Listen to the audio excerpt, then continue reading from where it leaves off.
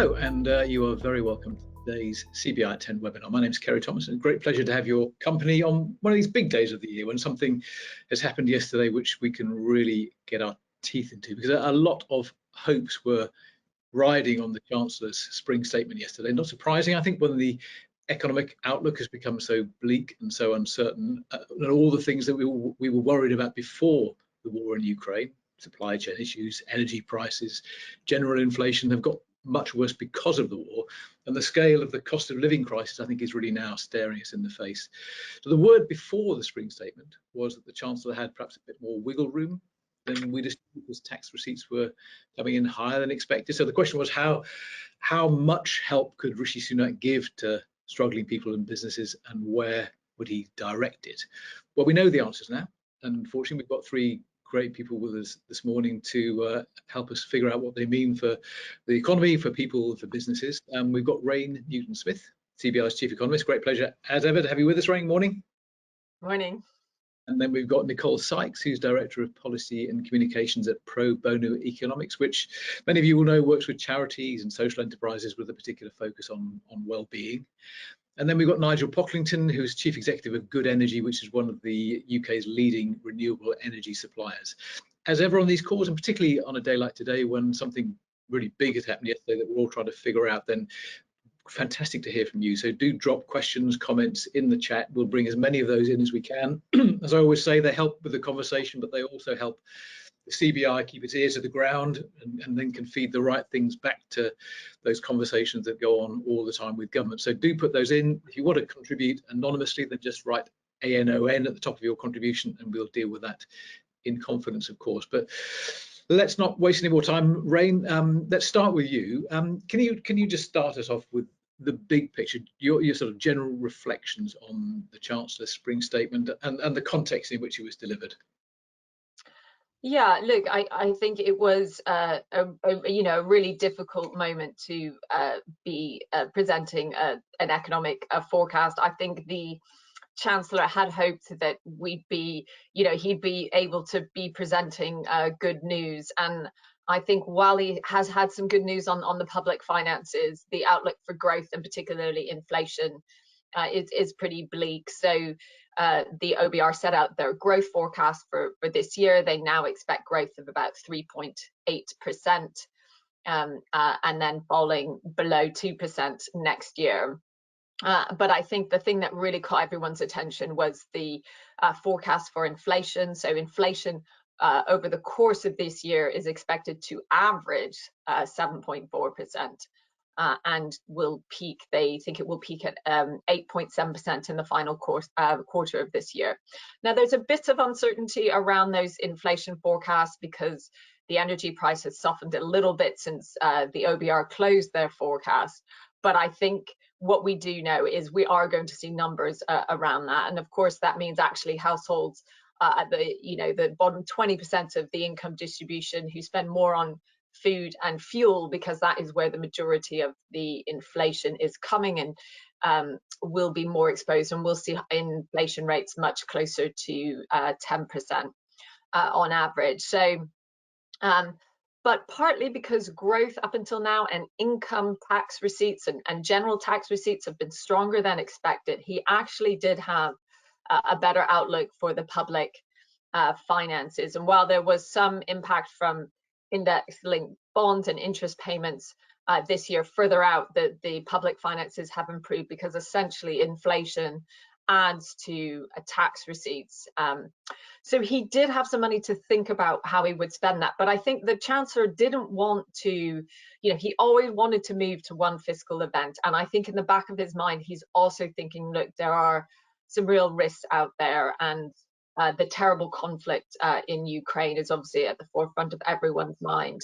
And unfortunately, the pandemic hasn't completely gone away, and there's always the risk of other variants. So I think he did take some decision to bank some of that improvement in public finances and keep that back for the future.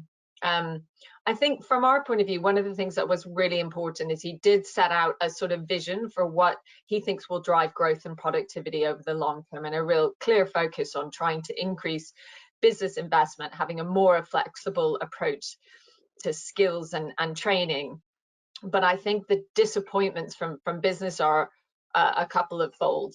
One, there wasn't anything on to help businesses deal with higher energy costs that they're dealing with now, and I think particularly smaller businesses really exposed. And he could have looked at the loan scheme available just to ease some of the pressures on their cash flow without, making direct grants. And then the other thing is, we've really been hearing from our members just that now is the moment to accelerate our transition to a green economy. If we're thinking about our energy security and more broadly, we really need to accelerate our transition. And he did a few measures, but they felt a bit more like tinkering around the edges. It's something we've called for around bringing forward business rates relief for investing in green technologies, but he could have seen much more fundamental reform of that system to really get green investment. And some measures as well around VAT on energy saving materials in construction, but that was an overall measure costed at about 50 million, where we were sort of thinking we want to see that 5 billion set aside to improve energy efficiency in homes. So I think there's definitely a need to really accelerate some of that spending on the green transition. And I'll stop there. There was much more around. I'm happy to go through the national insurance changes, because obviously that was a big change he did make, was lifting the threshold on national insurance payments, which will help people in work, particularly those on lower incomes. Okay, I'm sure we'll come back to that. On the sort of that sense of Rishi Sunak sort of keeping his powder dry for the autumn rain, I was watching him deliver the speech and thinking he feels like someone who's really trying to get away with doing as little as he possibly can. But actually, you're painting a slightly different picture and saying that there perhaps is an economic case, given the scale of the uncertainty that exists out there, for a degree of prudence now to just give yourself more options in the autumn. And he may have been thinking along those lines. Yeah, I think that certainly was in his mind, and I think also just, the sense of doing as little as possible, I think, was from, he'd sort of hoped, he's like so many of us, right? He hoped he wouldn't be here, right? And I think he'd been hoping life will return to normal, and he can have one fiscal event a year where he sets out his vision for the economy. He does things on tax and spending. And so I think he was hoping this would be quite a light touch spring statement, but then in the end we were in a completely different world. And so I think he did do some changes on national insurance for individuals, the threshold at which they pay. He looked at the employer allowance as well and lifted that for small businesses.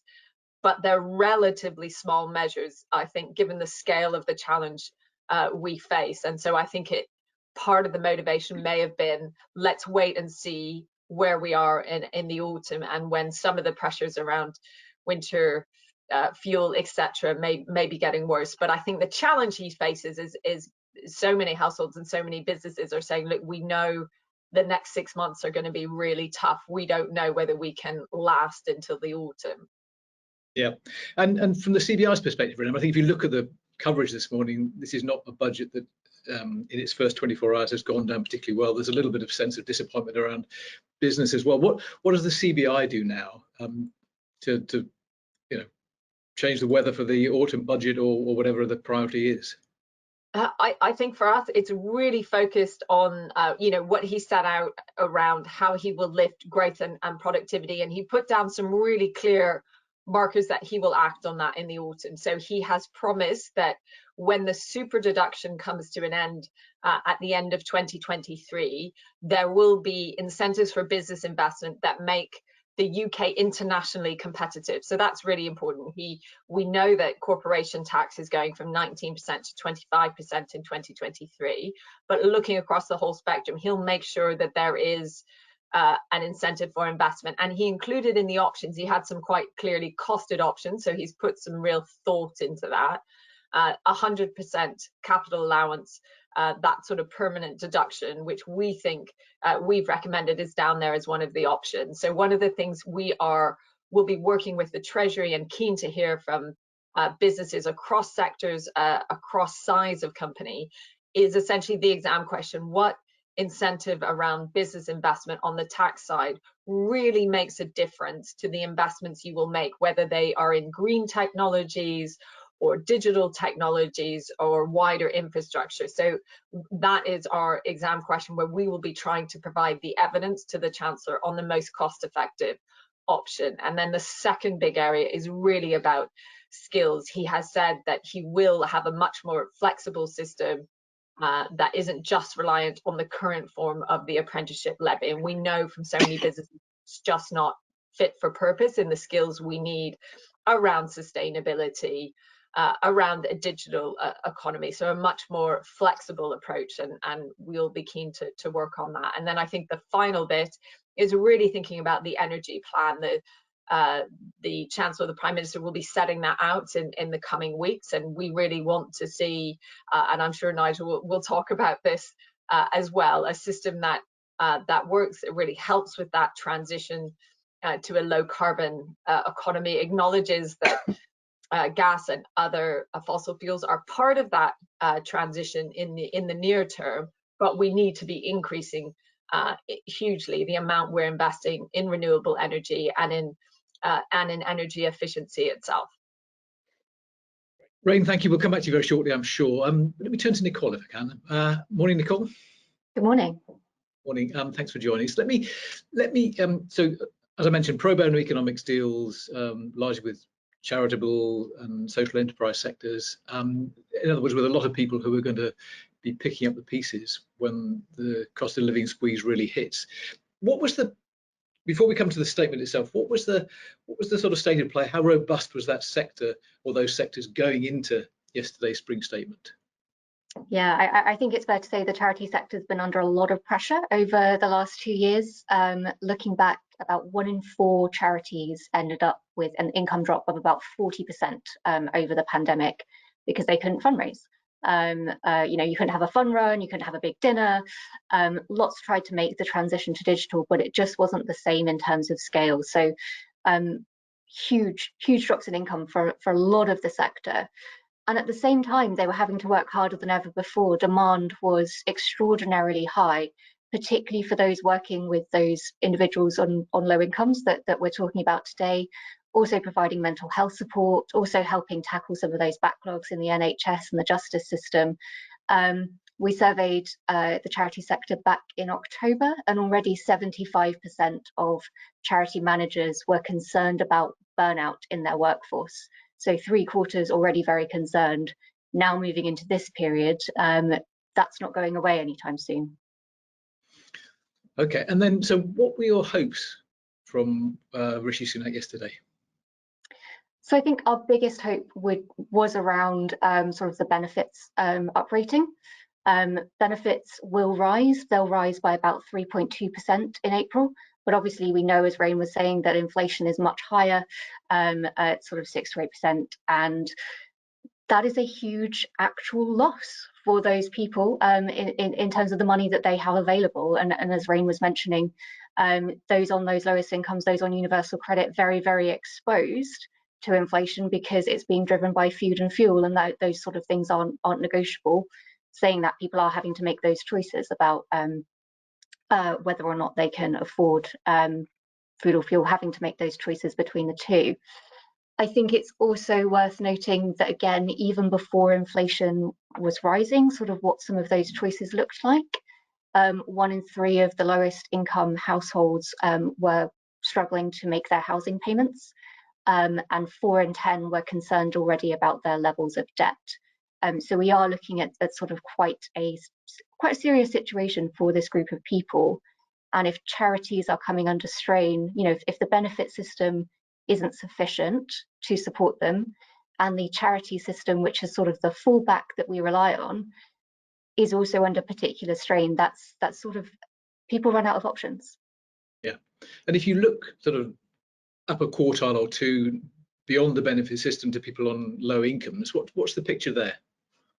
Yeah, I mean, I think it's worth noting that even people on low incomes are still supported by the benefit system, and a significant number of people on benefits are in work. If you look sort of, I think if you want to look at sort of across pay levels, for example, we know the aggregate pay of those on the basic rate of income has risen about 4.4%, but those on higher incomes and additional, higher tax and additional tax levels, their aggregate pay has risen by 20%. So you're looking at sort of a slightly uneven pay situation for these individuals. And I do think it's important that as we look at this and as we turn to sort of what business can do in this space, it is actually having to consider, you know, if a significant number of these people on low incomes are in work and are moving into poverty, what businesses can do to address that within their own workforces. Yeah, okay.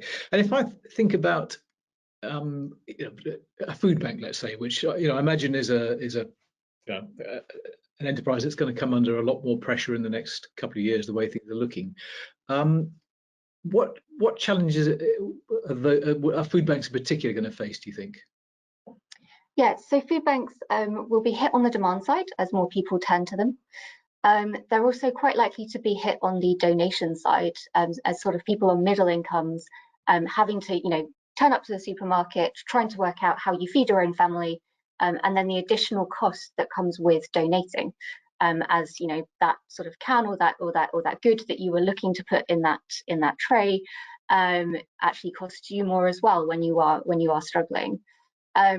For charities, sort of income roughly tracks public consumption for the charity sector overall. So we're now forecasting, based on yesterday's figures, a £2 billion fall in charity income, sort of totaling a £5 billion fall for the sector as a whole over the sort of entire pandemic period, which is a big struggle for people to kind of rebound from as sort of demand continues to increase. I think the other thing to note, of course, is that food banks don't just provide food, and the impact isn't just on sort of your ability to afford essential goods, and when I say essential goods, I also mean, there are plenty of charities providing kids' mattresses and fridges and, the sort of things that a lot of us take for granted. But those food banks are also connecting people up with debt services. They're also connecting people up with mental health services, helping people look after their children so that they can spend more time in work. So there are lots of different elements of the charity sector. It's not just sort of that sort of front face that a lot of us might be familiar with. There's lots of parts of the charity sector that will be impacted by this. Okay, great, Nicole. Thanks for that. Nigel, let me turn to you, and if I can use you first of all as a kind of to give us a view for across energy as a whole, because I think it obviously looms large in people's worries about the coming months, and it looms large in inflation. Given all that, and given the effect particularly that it will feed into the cost of living crisis, to what extent do you think the spring statement supported households and businesses in the way that people thought the Chancellor might? I think it was very disappointing from an energy point of view, really. I mean, that's partly, I suspect, because they do have an energy strategy to come, so there may be more news there. But the spring statement didn't really move us on any further from the responses they announced when the domestic standard variable tariff price cap increase was made in February, which is that he referred once again to his rebate scheme, which is the as yet undesigned process of putting £200 back into your bill in the autumn and then adding £50 further on. And there wasn't much really apart from an addition of 500 million into the sort of household support scheme, which is money that local authorities can use for people in dire straits. And that concerned me really, because I think it was a bit tone deaf to a crisis that, whilst it's certainly not of his making particularly, is a very here and now crisis for households, for businesses, and the response 2 months ago was inadequate for the lowest quartile of incomes, and we're still in that position. So you've still got people with these awful sort of heat or eat kind of choices right now. And whilst he's right, and the OBR are right to say they don't quite know what's going to happen in energy prices, you're not going to find anybody working in the energy industry who's going to take a bet that they're going to fall. They will go up again, and that will be a source of further anxiety. And we're better off getting ahead of this now and having a kind of proper coordinated approach to a very high period of energy prices, and we don't have it. And there are untouched parts of this story which don't get a lot of coverage, but for example, there are 1 million households in the UK who are actually off the gas grid. and they use oil or bottled gas for heating. The price of heating oil has pretty much trebled in the last month. You know, it's a diesel derivative. It's in short supply and may actually have a supply crunch. And that's causing, you know, even more pain, frankly, than for people who are on the standard variable tariff. So, you know, it's an incredibly difficult story. It touches us all, and I don't see enough sign of proper government grip on it. Yeah, no, it's actually really hard to get hold of heating oil. I know from bitter personal experience, even if you can afford it. But Nigel, I wondered, part of me wonders whether to have some sympathy for the Chancellor, because given, as you said, the scale of the energy price rises, probably a 40% rise in the energy price cap in April, potentially another 50% in October, whatever, I forget what figures are, but something of that order. What do you think his realistic options were yesterday that he didn't take? I mean, you're right. It's an extraordinary market shock, reminiscent really only of the oil price crisis of the 70s in terms of magnitude. That was a 3.5-fold increase in the price of oil during the year. Actually, gas is nearer 5 or 6 times at times at the moment, so arguably bigger.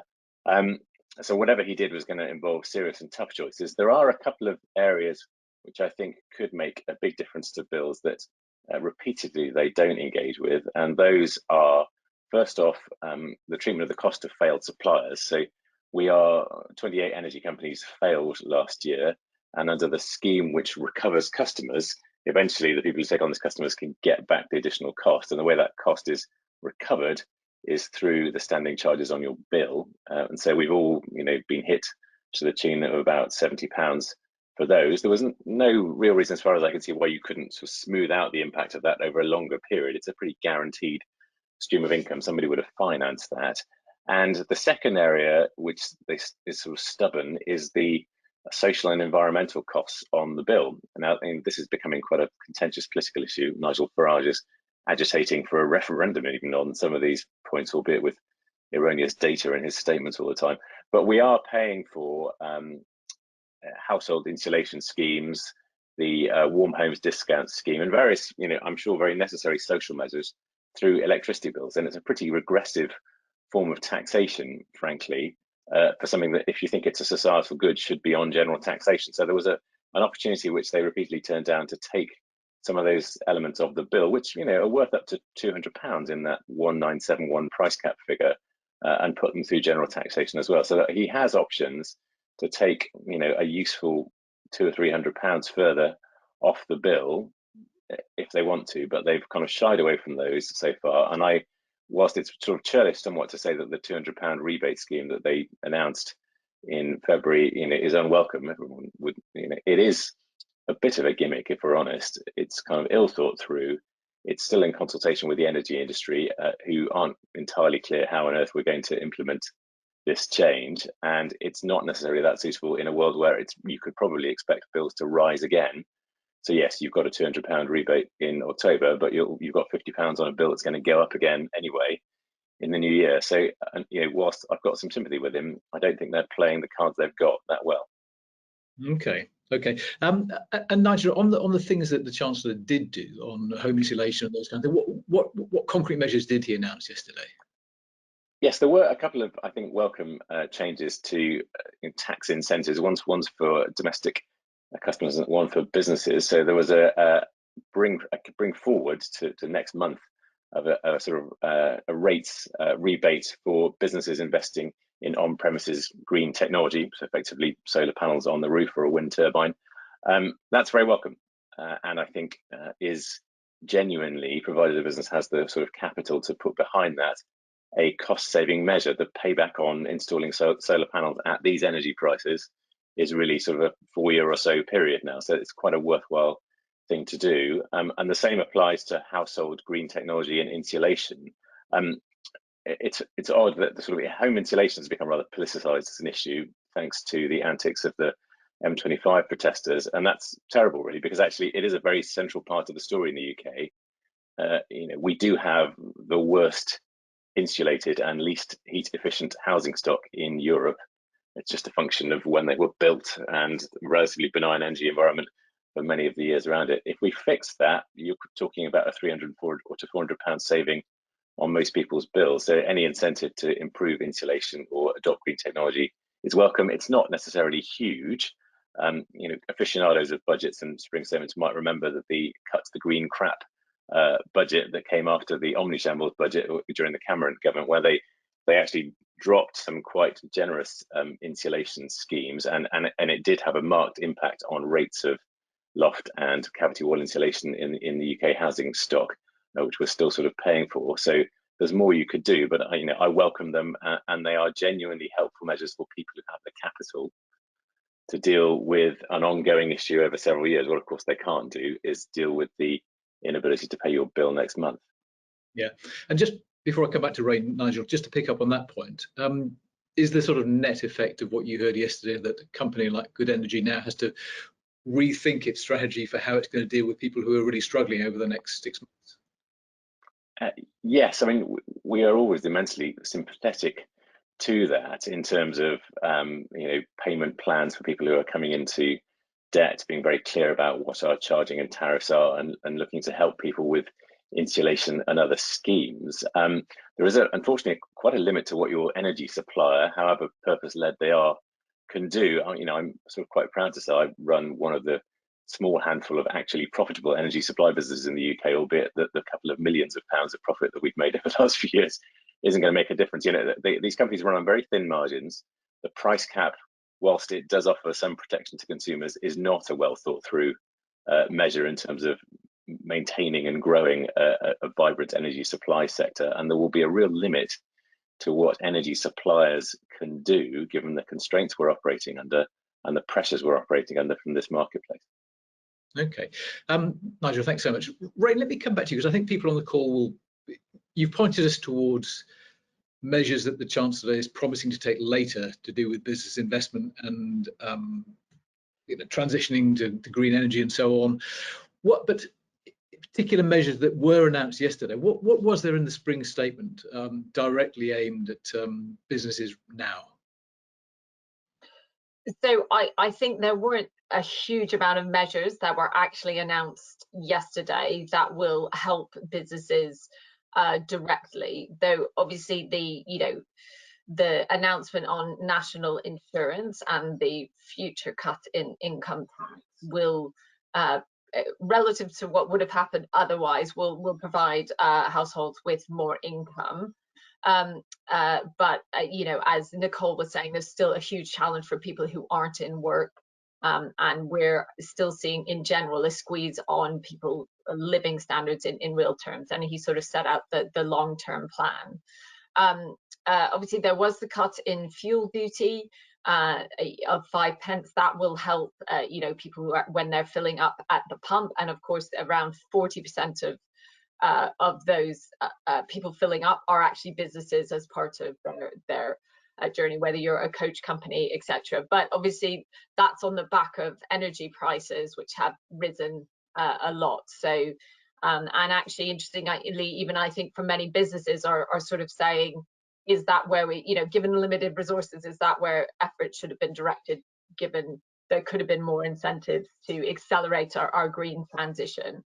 But I think what he did say on capital allowances is, and I think it's because what businesses say to us, when they're making investment plans, they are making decisions now that they will implement post 2023. So I think looking ahead to what the regime will look like post 2023, he set out a range of options, and post 2023 the super deduction comes to an end, which is 130% of writing off your capital.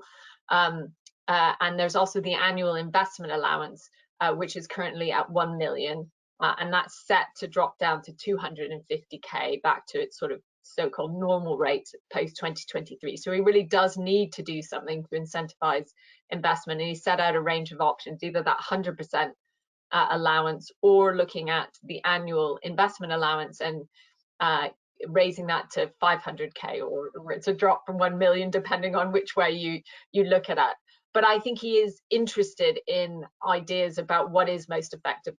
So we're keen to work on that. The other thing he did announce on the R&D tax credit, which is important, is expanding it to look at fundamental maths research, but also cloud computing and data processing and data storage, which is something that we've been calling for, just to sort of, the R&D tax credit has been seen as really successful internationally as well, but certainly in the UK at promoting more innovation, but just modernizing that for some of the ways in which businesses do innovation. It's so much about data, cloud computing, data processing. So I think that was a welcome measure. But I think, as Nigel sets out, it's put a lot more pressure, I think, on the energy plan that's due to come, because they felt like there were many things that weren't really addressed in the spring statement. How do we help smaller businesses deal with higher energy costs? How do we help energy companies deal with a system where the regulation isn't really working well? And how do we accelerate our moves towards more renewable sources of energy? Okay, Ray, let me put to you a question that's come in from Daniel Rumley, who says we've got a large anaerobic digestion plant creating green electric and gas and selling all that into the grid. We've seen our business rates double this year. Does the incentives / VAT relief announced in the Chancellor's spring statement mean that these rates will drop? I would hope so, but I'm not sure whether that will be the case, because and this is one of the challenges we've heard from some businesses, is that because the price of electricity, etc., has gone up, so therefore when they've installed energy saving measures, because the value of that is now higher, their business rateable value is potentially going up. So and I think what the incentives that what have been brought forward is, if you make an investment in a green technology, as Nigel was saying, like a wind turbine or a solar panel, then you can get some relief from that. They were going to bring that in, but they brought forward that relief is something which we called for. But I think one of the challenges, and something we've been pushing for, is that actually the business rate system as a whole, there are many ways in which it actually disincentivizes investment in green technologies and energy efficiency. And so we have been calling for that much more fundamental reform. But there are quite a lot of open consultations on that. So I'd be keen, do drop a line to insights@cbi.org.uk, because those are the examples which, armed with, we're really able to make the case with Treasury about how this does make a genuine difference on the ground. Right. Nigel, before I come back to Nicole, let me just pick up on something that Rain was saying a few minutes ago. So the R&D tax credits, the measures to do with cloud computing, data processing, I imagine those are quite big areas of activity for you. Have you had a chance to look at whether what was announced yesterday is going to make a big difference to good energy, or a small difference? I mean, at face value, a small difference. These things are welcome. So you sort of go through your project stack and the investment areas, and you're right. Even an energy company, or especially an energy company, needs to invest behind digital technologies and the use of data to help understand consumption patterns better. So there is something in there. There's certainly, and I know from my non-executive part of my career as well, that these are hugely important areas for innovation and expansion and improvement in productivity. So that's a welcome nod in the right direction, I think. And actually using this kind of technologies in terms of the future of the electricity grid and the energy grid is going to be incredibly important to us, because what is becoming clear is that what might have been a great solution in the 90s for a sort of marginal cost driven approach to generators coming onto the grid and setting the overall price of electricity isn't working at the moment, and is less helpful in a renewable era. So your ability to use data to manage that differently, for example, is an area the energy industry will be looking at. So some small help there. It's certainly a lively area. Yeah. Okay. Nicole, let me come back to you. I'm interested in, we're painting quite a bleak picture of real pressure on low and middle income households, but benefits and real wages under sustained pressure, inflation high and high for quite a long time. In all that, what do you think the role and responsibility of businesses and employers is in helping in whatever way they can? Absolutely. And if I can talk really practically, if that's useful, I think over the pandemic, we've seen a huge amount of investment from businesses in the support that they provide on mental health and wellbeing. I think sort of encouraging staff, making sure that awareness of what you do offer on mental health is a really important thing to do at this moment in time. Particularly, as you say, sort of if there is any help, maybe it comes in autumn, but nothing before then. So raising awareness of what businesses already do on mental health, I think, is really important. Sort of Nigel mentioned the sort of when it comes to consumers and customers, sort of energy companies and banks do have very good sort of partnerships and things with charities to help. You know, it's in no one's interest for people to get trapped within problem debt and not able to pay you. So sort of having another review, having a look to see, are we doing everything that we can in this area to help make it easier for people to pay back? Ultimately, though, I think if businesses feel very passionately about CSR, about their ESG commitments, I think this has the potential to be sort of a 2008 moment in some ways. Look, we're not in a recession, but it will feel that way for a number of people. And I think how businesses come out of that is incredibly important. We know that from last time. We should be thinking about this now and engaging with lower paid members of staff to understand the pressures that they're facing and what solutions there might be for them.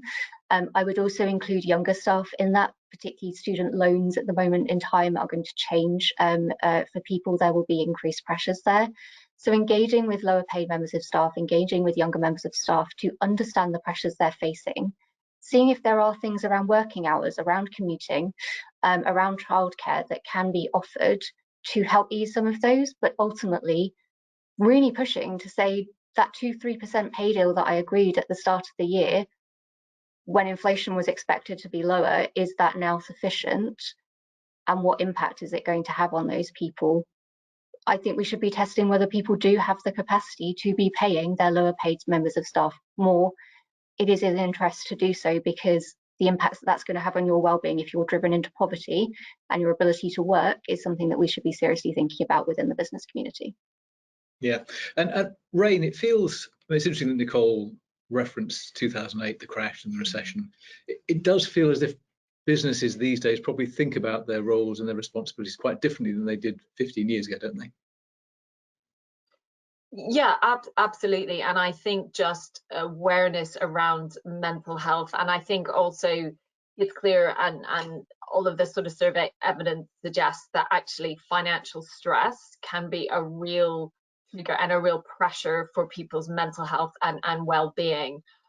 So I think there's a much greater awareness, and I think businesses do see themselves as playing a bigger role in helping to support some of the big challenges in our society. And we've seen that in the response to the war in Ukraine and supporting humanitarian efforts there. But and it's on a different scale, but there will be, you know, households who will really struggle this year in the UK. And I think just to build on what Nicole was saying, there are some you know, thinking as well within your organization around what you can do around saving schemes, etc. There's been some great work by an organization we've worked with called Salary Finance, which works with businesses to set up saving schemes within their company to really help people through hard times. So I think thinking what you can do as well with your employees in that space is really important, building on all the ideas that Nicole put forward.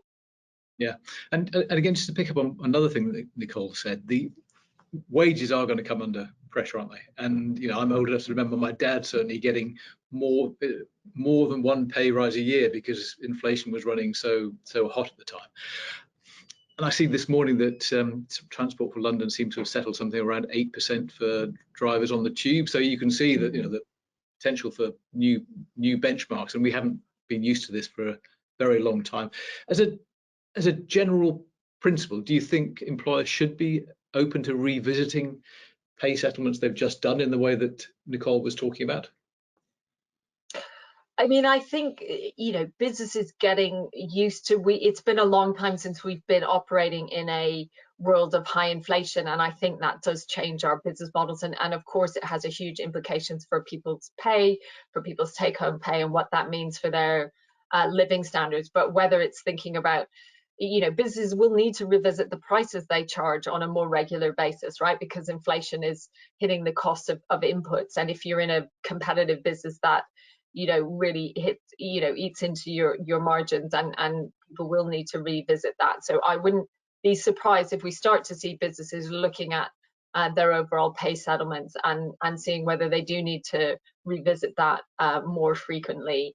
And of course, it depends what happens, I think, with inflation itself. And we can hope, but it's maybe more a hope than an expectation that maybe some of these really high spikes in inflation will start to come down. But obviously, that at the moment, that's really related to the conflict, to what's happening in energy prices and food supply prices globally.